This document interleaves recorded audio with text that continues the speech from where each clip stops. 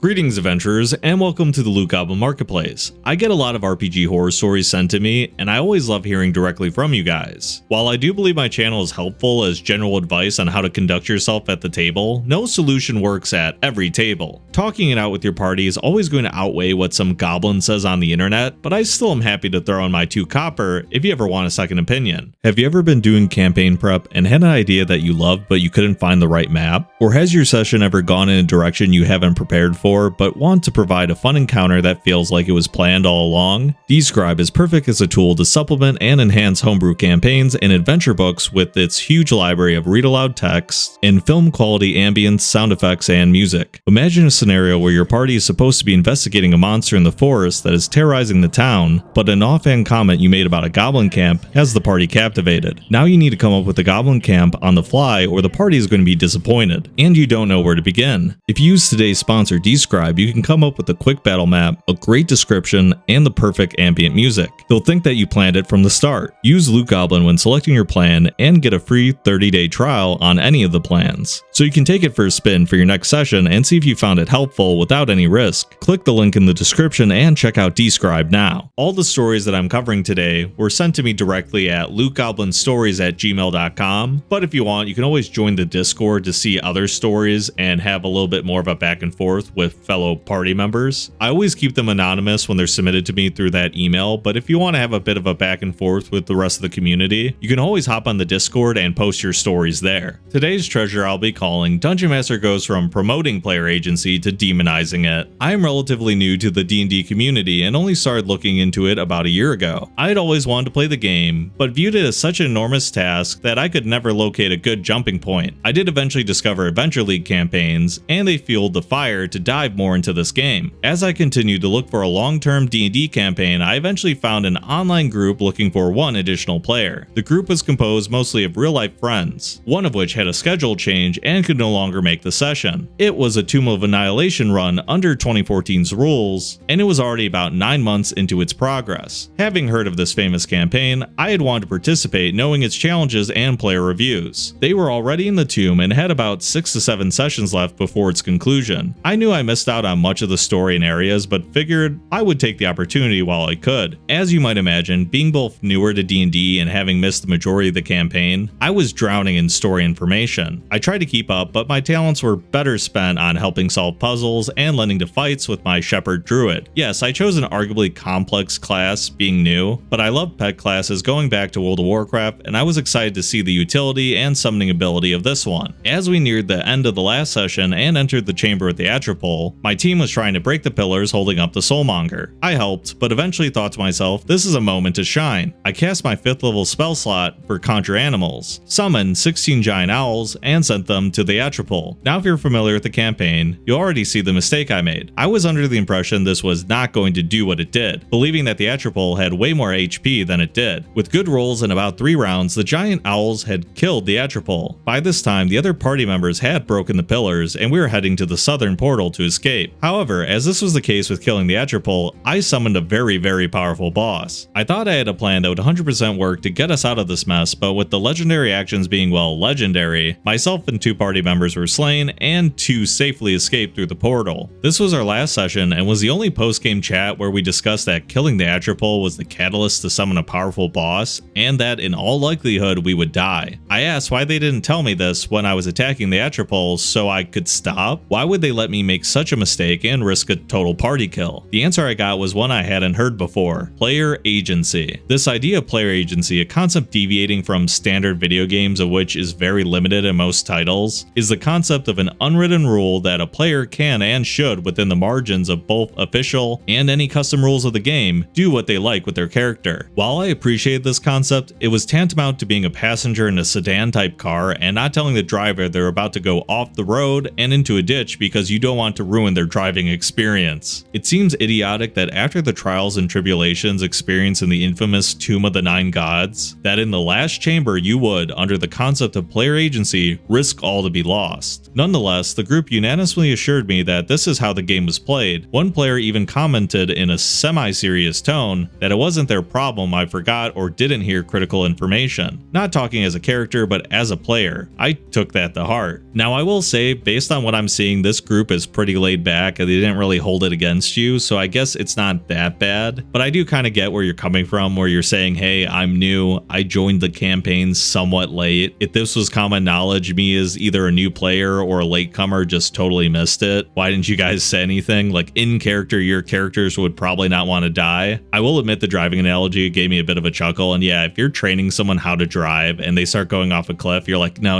they have to learn it the hard way. It's like, no, if you're in the car with them, you kind of don't want to crash too, right? But again, the party was totally fine with the outcome, and the Dungeon Master probably should have been the one to say, hey, are you sure about this? Maybe roll a knowledge check, see if you can recall a piece of information. It is weird how it's handled. I wouldn't say it's bad by itself, but obviously the story goes on for a little longer, so we'll see how that player agency stays consistent throughout this story. Fast forward 2 weeks, and the group decided to play the Curse of Strahd campaign. I made my character and joined our session 0. All seemed straightforward and nothing new was mentioned. However, I was now armed with player agency and said now I would take more responsibility for what happens to my character and what actions she takes. Yeah, that's great to hear, and I think that's a good takeaway. Session 1, we get poured to some town against our will. We encounter 2 kids who ask for help regarding their parents. They want us to go into a house to see what's going on with them. As we went through the house looking for the parents, and with my character being chaotic neutral, myself and another player looked for things to take for resources. My thoughts as a character were that we were taken against our will, we were unprepared, we should do what we can to gain resources, like taking a dead enemy's gun and ammo in a firefight kind of scenario. I was in survival mode. Eventually, we entered an office library type room in the house. One of the players sat at a desk and asked to search through it, revealing a stamp and a seal, an ink bottle, and a pen, which he left in the desk. I found a hidden room within the office containing a chest that had a last will and testament inside. I asked the Dungeon Master what the will stated, and I was told that it would give the house we were in and a windmill to the children who asked us to come there. Then some creativity leaked out. I asked to take the ink, pen, and the seal/stamp from the desk so that I could forge my name as a sole beneficiary of the aforementioned properties. I was going to own some property in this land, lol. Yes, I know, shenanigans. But I was thinking that we could have a private hideout and perhaps a safe house if needed. I don't really know what I was thinking, but it seemed fun and full of possibilities if I could pull it off. I mean, I saw the comedy videos of players trying to build a nuclear weapon in a game. This was nowhere near that level. However, after the session, the term player agency went from being a glorified and treasured concept to a dirty, profane word. One of the players was utterly mad that I had looted some weapons from the house while we were supposed to be locating the parents, and cited that I had deviated from our mission. He was also mad that some of my discussion about the will and the searching had taken up too much game time, despite them having turns to do what they wanted. When I recalled the player agency term this particular player preached about in our last game and asked why my current actions are a problem, I was met with no answer. Further, I said it was hypocritical speaking about player agency as if it was a cherished aspect one moment and then condemn me for exercising it the next. How can killing the Atropole, summoning a powerful boss, and potentially causing a TPK be okay, but looting for weapons, supplies, and forging a will be unacceptable? I found out later this player, along with another player and the Dungeon Master, felt that my actions were ruining the game. One player defended me, saying that during session 0, there was no mention of no looting or limitations on player actions, but to no avail. I ultimately found out that the Curse of Strahd campaign is a heavy roleplay campaign, something I lacked the skill for. The player who was mad at me is very good at roleplay, and in the Tomb of Annihilation campaign, I always deferred to his skill in this area and sat quiet when conversations of this nature took place. My skills are in strategy, puzzle solving, and tactics, and that's where I tend to speak up. I couldn't fathom being in a game where I not only couldn't have freedom, but also would endure extensive roleplay that I didn't really enjoy. I decided to leave the game and look elsewhere since there was no compromise to be made here. I tell you this story because I wish not to elicit empathy from you. I am sure a certain percentage will agree with the player and some with me. No, I tell you this in the hope of opening the door to conversations with yourself about what you want from a game and making sure that the game you're joining affords you that. Many games require you to answer a multi-page form, making you answer a litany of questions in order to be considered. Ask a few of your own. Honestly, I think that's a really good takeaway. If you're not enjoying the game, you can always step away. It seems like this is a pre-established group where there's a lot of people being friends, but obviously, you know, there was a one person foraging with you initially for resources. That's the guy who seemed to take your side later on as well. Clearly not everyone at the table saw eye to eye, and there was even a direct moment where they mentioned that in session 0, none of this was really covered. So honestly, it's not that weird that as a character, someone who is maybe morally corrupt, someone who's chaotic neutral, and someone who wasn't told specifically they can't do this in session 0 would want to make a forgery.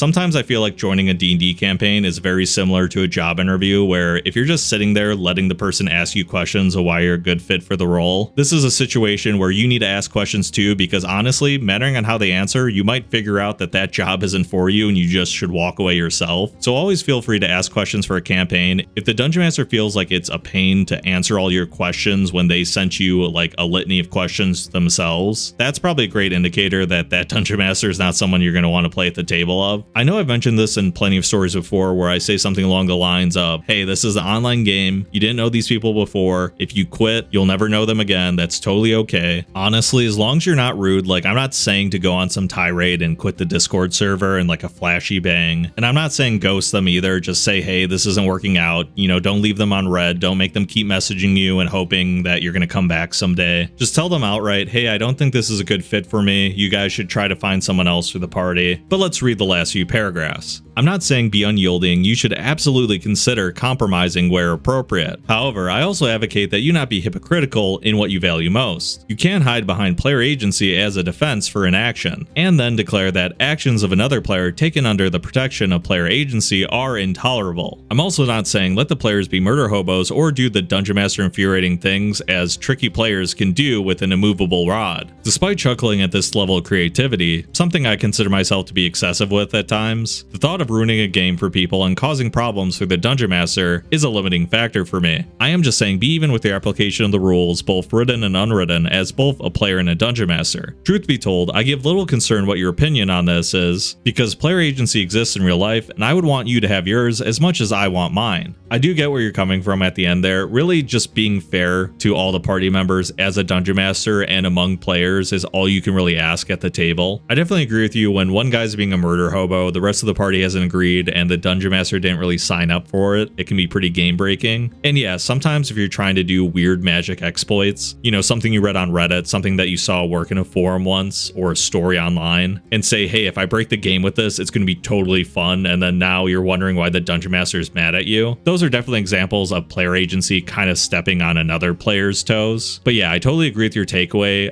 Going back to that first campaign where you talk about player agency, it is weird that he almost let you wipe the entire party because of something that you probably genuinely just missed because you were late to join the campaign. He didn't think that was disruptive, even though it would have ruined like an entire year plus of a campaign. But you doing something sneaky with the will for a place that you would own but you really wouldn't get much use out of it was considered way too game breaking for Curse of Strahd. That's a perfect example of maybe the Dungeon Master didn't see things going that way, but you kind of just ride it out and say, hey, that's what the player wants to do. I can come up with like a fun consequence where like maybe people show up and say, hey, I wrote that will. I know that's not what it says. You're a fraud. And you have to like lie your way out of it. There are plenty of ways that they can make conflict come out of that isn't a TPK compared to, hey, if you kill this thing, the powerful boss will come and wipe everyone out. So yeah, simply asking things to be applied evenly makes sense. You're not going to be able to perfectly balance it at all times. It's one of those things where player agency is ultimately hard to balance. It requires a lot of communication to get to like an equilibrium point. And if you have individuals that aren't honest with what they're having fun with, there's still problems that can arise at the table. So ultimately, you reading the room saying, hey, you know, this one guy is kind of on my side, the rest of the party doesn't see eye to eye with how player agency works, I think I'm just going to gracefully bow out of this campaign, let them have their fun. I'm going to try something else in the future that maybe is a better fit for me. I'm going to ask more questions. I'm going to try to have a little bit more agency, but understand that if I step on other people's toes, they're going to be irritated. But ultimately, based on your comments, you are still open to some level of compromise. Anyone that understands that player agency is a two-way street where you want to have them have their fun and you have your fun is never going to really be a that guy in my book. So I do believe that we see eye to eye. You know, maybe people in the comments will disagree with us, but ultimately I do think your actions are understandable. So I'd love to hear what everyone else has to say in the comments below. If you guys liked today's video, make sure to like and share. You can always subscribe to the channel or become a member if you want to help us grow. I always appreciate seeing you guys come back time and time again to talk about these RPG horror stories, and I especially like reading stories that come from the community, so keep sending them to that email. I hope to see you in the next video. Farewell for now.